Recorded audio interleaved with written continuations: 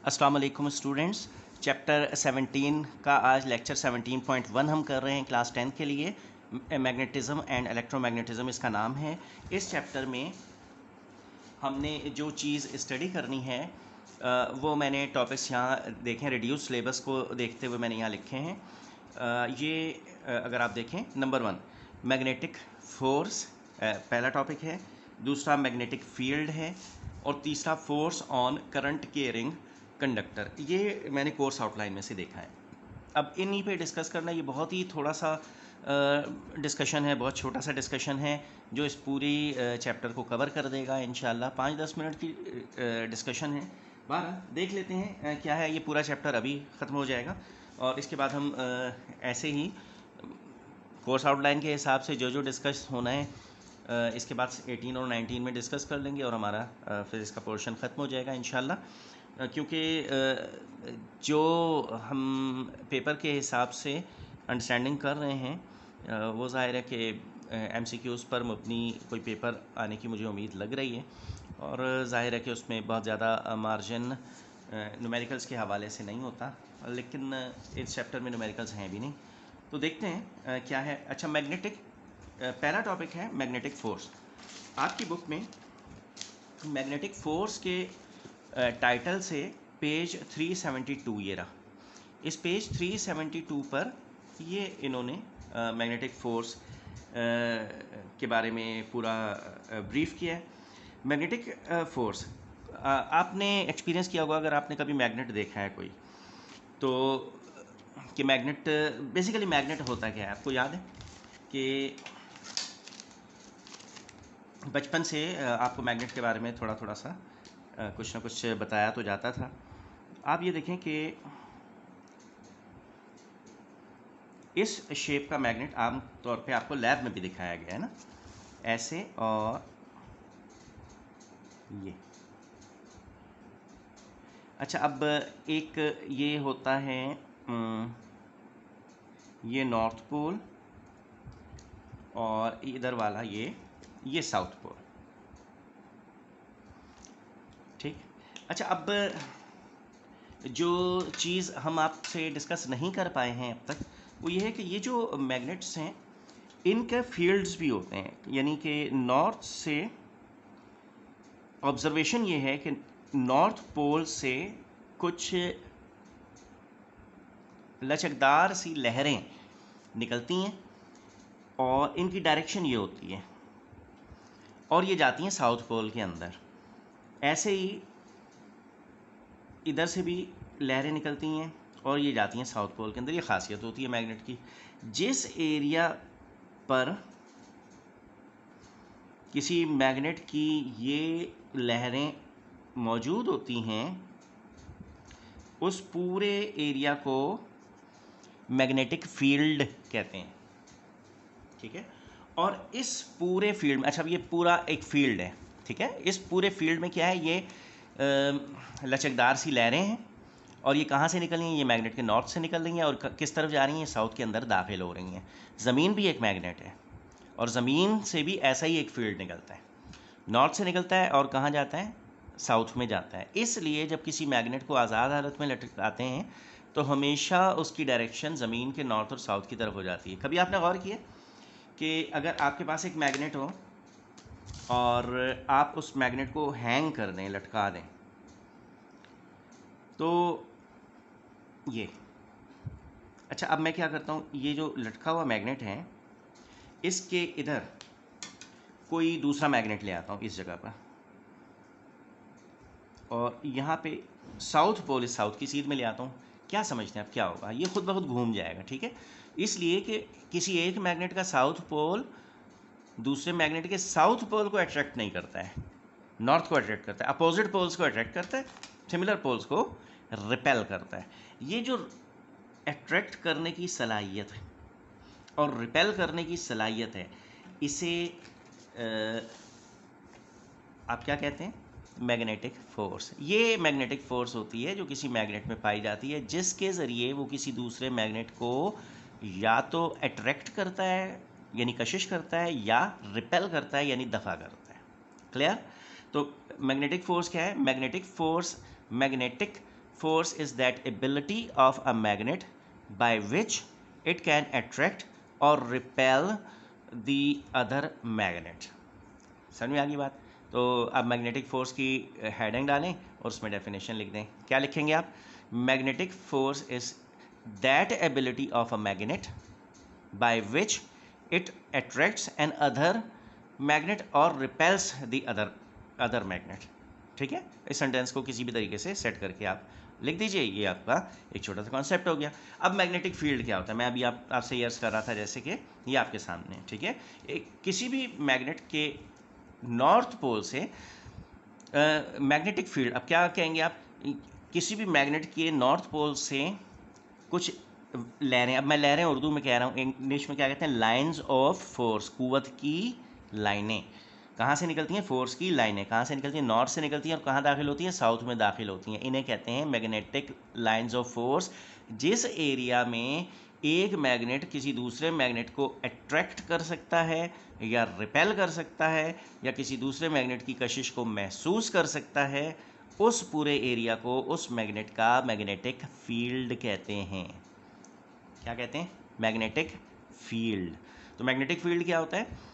It is the area around which a magnet can experience the presence of an other magnet. ठीक है, क्या? दोबारा बताएं। Magnetic field is that area in which a magnet can experience the presence of an other magnet. Clear? ये है definition of magnetic field. अच्छा, ये खत्म हो गया। अब एक कॉन्सेप्ट होता था force on current carrying conductor. अच्छा, अब पहले तो एक चीज़ आपके जहन में हो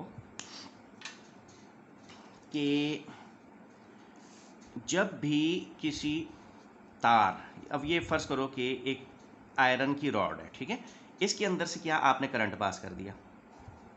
ठीक है, अच्छा, आप करंट पास करते हैं। ऑब्जर्वेशन ये है कि जब आप करंट पास करते हैं ना, तो ये जो कंडक्टर है इसके इर्द गिर्द ऐसे गोल दायरे में, अच्छा मैंने एक बनाया, ये एक नहीं होगा, हज़ारों लाखों करोड़ों, इस पे पूरे पे मैग्नेटिक, ऐसा ना एक गोल दायरे में ना मैग्नेटिक फील्ड बन जाता है। जैसा परमानेंट मैग्नेट में ऐसे बनता है ना, वैसा ही इस कंडक्टर के इर्द गिर्द भी एक मैग्नेटिक फील्ड बन जाता है। अच्छा, अब ये बनता है गोल दायरे में। अच्छा, गोल दायरे में है तो फिर क्या रुका हुआ होता है या हरकत कर रहा होता है? तो भाई ये हरकत कर रहा होता है। ठीक है, अच्छा, हरकत कर रहा होता है तो कौन सी हरकत करता है? दायरे में हरकत कितनी किस्म की हो सकती है? या क्लॉकवाइज या एंटी क्लॉकवाइज। तो एक लॉ इस पर दिया गया और वो ये था, ये जो मेरा हाथ है ये वाला, ये क्या समझते हैं? ये राइट हैंड है या लेफ्ट हैंड है? अच्छा देखो, मैं दोनों साथ रखूँ तो समझ में आएगा ना। ये मेरा राइट हैंड है, ठीक है। अच्छा, जिस कंडक्टर में, जिस तार में से करंट गुजर रहा है, आपने उसे अपने राइट हैंड में रखना है, ये ऐसे। ठीक है, अच्छा, ये जो मेरी फिंगर है, ये इस चीज़ को क्या कहते हैं? ये इसको घुमाओ कहेंगे ना, उर्दू में कहते हैं घुमाओ, उंगली का घुमाओ, और इंग्लिश में इसे कहते हैं द कर्ल, CURL। मैं लिख दूँ इसे ताकि मेरे बच्चों को समझ में आए। CURL। एक मिनट, ये अब देखो, कर्ल को उर्दू में क्या कहते हैं? मरोड़। एक तो पेट में मरोड़ उठते हैं ना, ये वो वाले नहीं है, ये मरोड़ वो वाला मरोड़ है। जैसे अगर धागा हो मेरे पास और मैं उसे यूँ घुमाऊँ तो उसमें एक बल पड़ जाएगा ना, जो वो बल जो पड़ जाता है ना, उसे कहते हैं कर्ल, यानी मरोड़। अच्छा, अब तो अब मैं मरोड़ नहीं कहता हूँ, ये बार बार ज़रा डिस्टर्ब करता है मैं, ठीक है, कर्ल कह दूँगा। तो ये मेरी फिंगर है, इसमें मैंने राइट हैंड में ये रखना है, ठीक है, ये। अब ये फ़र्ज़ कर लो कि करंट इस डायरेक्शन में आ रहा है, ये वाला, तो जिस तरफ करंट जा रहा है उधर डायरेक्शन में थंब होना चाहिए मेरा, ठीक है। तो अगर मैं किसी कंडक्टर को अपने राइट हैंड में पकड़ूं ऐसे कि मेरा थंब डायरेक्शन ऑफ करंट को जाहिर करे, तो मेरी उंगलियों का जो कर्ल है वो direction of the motion of magnetic field को जाहिर करेगा। ठीक है, ये देख रहे हो ये। और अगर करंट उस तरफ जा रहा हो ऐसे, अब करंट उधर जा रहा है, ये कंडक्टर, ये देखें, रुख करंट उधर जा रहा है और मेरी उंगलियों का कर्ल कैसे है, ये देखें, ये ऐसे। ठीक है, यानी अगर मैं ऐसे करूं, ये क्लियर। अच्छा, ये खासियत है इलेक्ट्रिक करंट की। अच्छा, अब इसमें होता ये है कि एक तार में से आप करंट गुजारें, ठीक है। अच्छा, अब तार में से करंट गुजर रहा है, अब तार में से जब करंट गुजर रहा है तो उसके इर्द गिर्द ये फील्ड बन रहा है। अब क्या करें आप कि एक ऐसी जगह पर मैं यहाँ पे एक मैग्नेट लगा देता हूँ, ठीक है। ये आ गया किसी मैग्नेट का साउथ पोल। आमतौर पे ब्लू कलर से ना साउथ पोल को रिप्रेजेंट करते हैं, और इसी में नीचे यहाँ पर ये आ गया south pole, sorry north pole. अब ये मैग्नेट रखा हुआ है, और आपको ये तो हम बता चुके कि जब ऐसे हम मैग्नेट रखते हैं तो फिर इसमें से इलेक्ट्रिक फील्ड, मैग्नेटिक फील्ड होता है जो कि नॉर्थ से किस तरफ जाता है, साउथ की तरफ। ये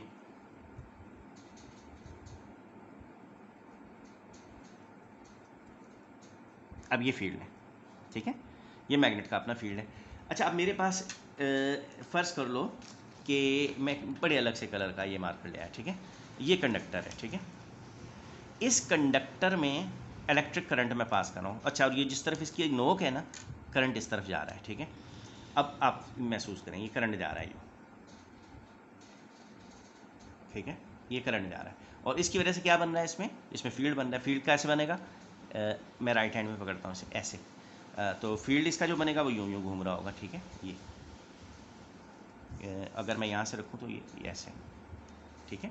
तो ये फील्ड है गोल, और फिर ये घूम रहा है ऐसे, ठीक है, दायरे में, एंटी क्लॉकवाइज डायरेक्शन में। अब मैं रखता हूँ इसको ऐसे इस फील्ड के अंदर, और अगर मेरे लिए पॉसिबल हो जैसे कि ये फील्ड ये कि ये जो कंडक्टर है ये इस फील्ड के अंदर रखा हुआ है, बिल्कुल आर पार, ठीक है। तो अब करंट की डायरेक्शन क्या है, करंट की डायरेक्शन है नीचे, ठीक है, ऐसे नीचे डाउनवर्ड। फील्ड की डायरेक्शन क्या है, फील्ड के ऊपर। अब जब किसी कंडक्टर को ऐसे रखें कि उसमें से करंट फ्लो कर रहा हो किस तरफ, नीचे की तरफ, और फील्ड कैसे फ्लो कर रहा हो, ऊपर की तरफ। अच्छा, अब इनमें क्या एंगल बन रहा है, मैं कह सकता हूँ ना कि फील्ड है ऊपर, सॉरी यार, फील्ड है ऊपर की तरफ और करंट जा रहा है अंदर की तरफ, दोनों में बन रहा है 90 डिग्री का एंगल, ठीक है। तो इस कंडक्टर पे एक फोर्स लगेगी, और जैसे ही हम इसमें से करंट पास करेंगे ना, ये कंडक्टर यहाँ नहीं रहेगा, ये खुद ब खुद बाहर की तरफ निकल आएगा, ऐसे बाहर की तरफ। तो साइंटिस्ट जो थे उन्होंने एक रिलेशनशिप निकाला, उन्होंने कहा कि यार कोई तरीका ऐसे होना चाहिए कि हमें ये पता हो कि जब किसी करंट कैरिंग कंडक्टर को किसी मैग्नेटिक फील्ड में हम रखेंगे तो उस पर फोर्स किस डायरेक्शन में लगेगी। तो इसके लिए उन्होंने आपकी बुक में एक बाकायदा बड़ी अच्छी सी प्रेजेंटेशन दे दी है, और ये मैं आपको दिखा दूँ, ये कहने लगे कि आप अपना राइट हैंड रखें यूँ, ये, ठीक है। अच्छा, मेरा हाथ नज़र नहीं आ रहा, मैं तो डायग्राम दिखाने के लिए जूम कैमरा बहुत नीचे किया हुआ है, अपना हाथ दिखाने के लिए मुझे बहुत ऊपर करना पड़ेगा, तो ठहर जाए, मैं थोड़ा करता हूँ इसको।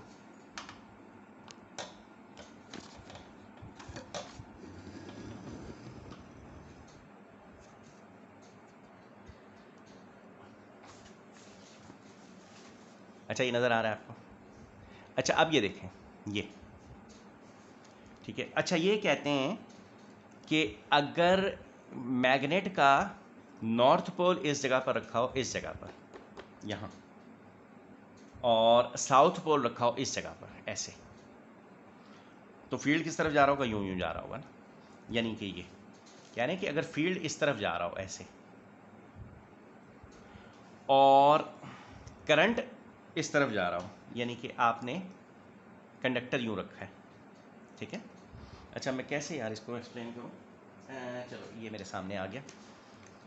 फ़र्ज़ करो कि ये नॉर्थ पोल, ये ठीक है, ये अच्छा, ये देखें कितना अच्छा बना हुआ है। ये मेरा बच्चा जो है वो 1 मिनट में इसे बना लेता है और बड़ा खुश रहता है इस पर। वो कहता है कि मैं 6 सेकंड में जब बनाने लगूंगा ना, फिर मैं वीडियो रिकॉर्ड करके लगाऊंगा। देखें कितना अच्छा बना हुआ है। तो ये रेड पोल, ये नॉर्थ पोल, ये यहाँ रखा हुआ, ठीक है। और ये ब्लू पोल, ये साउथ पोल, ये यहाँ रखा हुआ है। अच्छा, जब ये ऐसे रखा होगा तो फील्ड किस डायरेक्शन में जा रहा होगा, याद है? ऐसे, यानी इधर से फील्ड निकल के जा रहा होगा इधर, ठीक। इसमें मैं ये रख देता हूँ कंडक्टर, ठीक है। अच्छा, अब ज़रा मेरे हाथ को महसूस करें। फील्ड की डायरेक्शन मेरी उंगलियाँ, ये वाली उंगली, ठीक है। तो फील्ड जा रहा है इधर, कंडक्टर रखा हुआ मैंने इधर, और कंडक्टर में करंट किस तरफ आ रहा है? नोक वाली तरफ। नोक किधर है? ये रही नोक, ठीक है। करंट आ रहा है ऊपर की तरफ, फील्ड जा रहा है इधर की तरफ। तो इस पे फोर्स किस तरफ पड़ेगी, ये उन्होंने बता दिया। फोर्स फिर पड़ेगी इस एंगल पर, इस एंगल पर, ये, ठीक है।